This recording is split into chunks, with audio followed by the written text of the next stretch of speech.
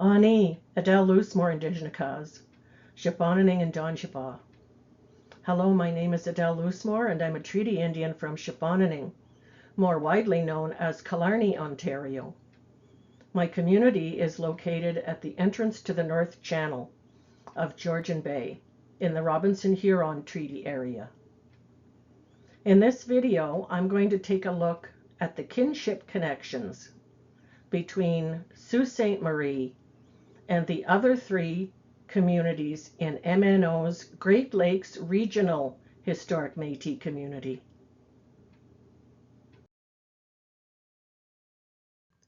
In their fact sheet about the regional community, MNO refers to the Supreme Court's Powley decision, remarks made by the Ontario Court of Appeal, excerpts from Ontario legislation and a self-government agreement with Canada, and there's also a quote from the 1996 Royal Commission on Aboriginal Peoples. All leading up to a list of the individual historic Métis communities that MNO includes in this giant regional HMC: Georgian Bay, Killarney, Sault Ste. Marie, and Northern Lake Superior. The map they included shows only the rough boundaries of MNO's regional community. MNO says that they are rights-bearing, interrelated Métis communities. So let's take a look at the kinship connections among them. But first, a brief reminder about Métis Aboriginal rights.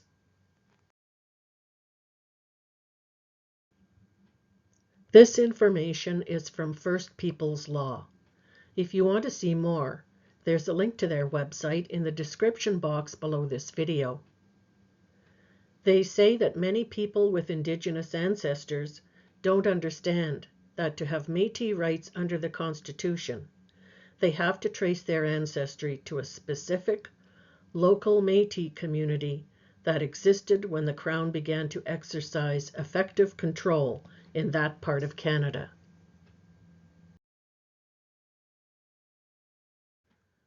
The date that the Crown took control over the area can be different for different communities, but it's the historic Métis communities that existed before that date that established the Métis Aboriginal rights that people continue to exercise today. In their 2017 registry policy, MNO says the date of effective control for Sault Ste. Marie is from 1815 to 1850. I'm using the date 1850. Here's a list of all the families in each of the 4 historic Métis communities that MNO includes in the Great Lakes Regional HMC. There are a total of 69 families listed here.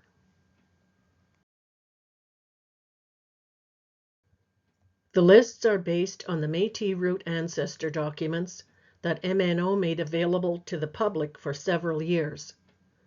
Those files were removed from public view after more and more questions were raised about MNO's credibility.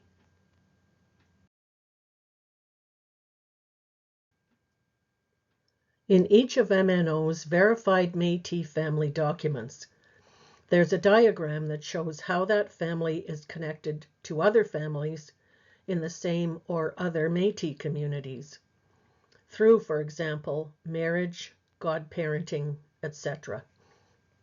Each of those colors on the diagram represents a family.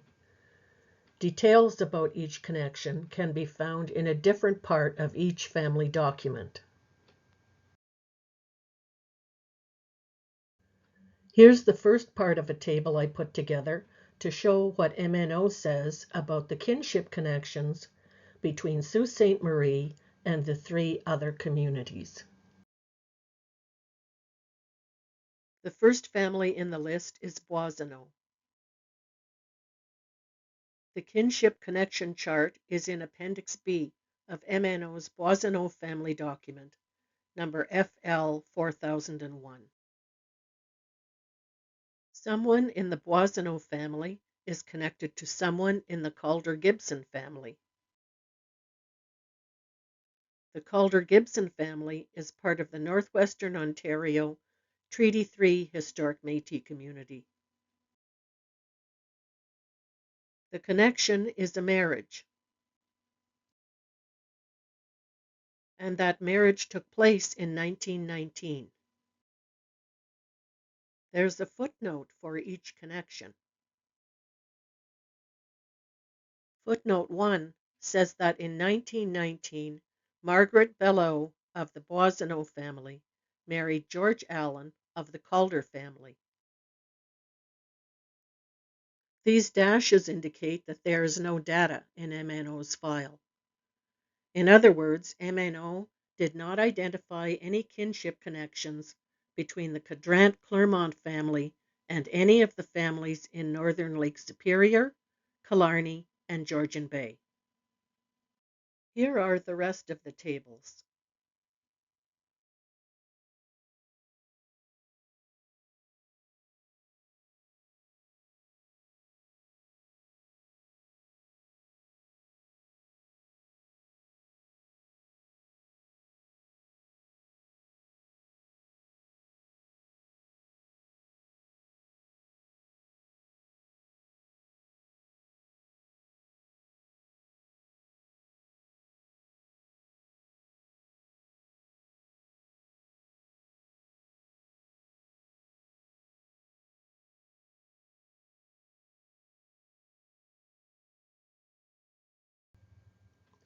Let's take a look at MNO's data again, this time without all the details that were in the footnotes.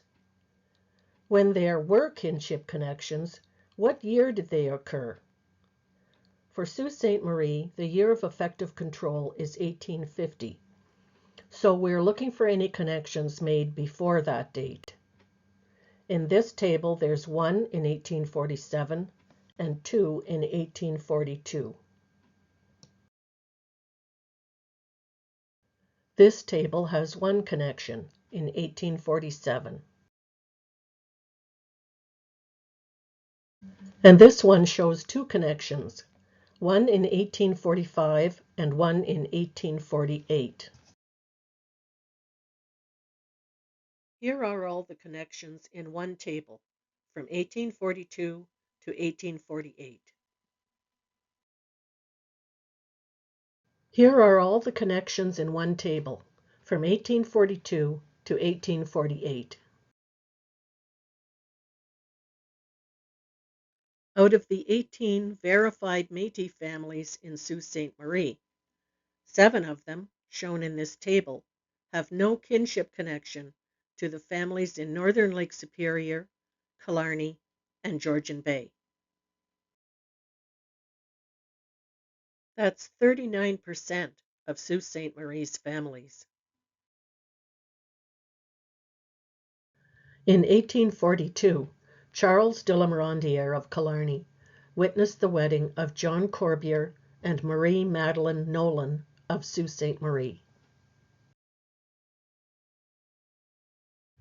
In 1845, James Solomon of Sault Ste. Marie witnessed the wedding of Michael Labatt of Georgian Bay.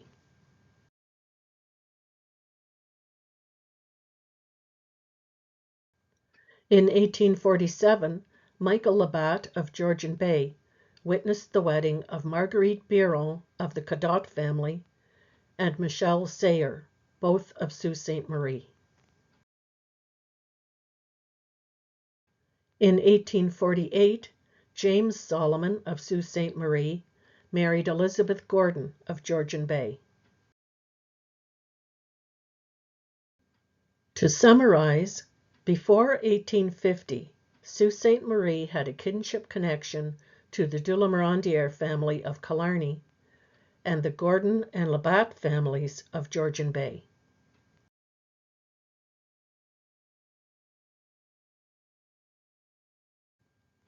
Inside these blue rectangles are the families that had no kinship connection to Sault Ste. Marie before 1850.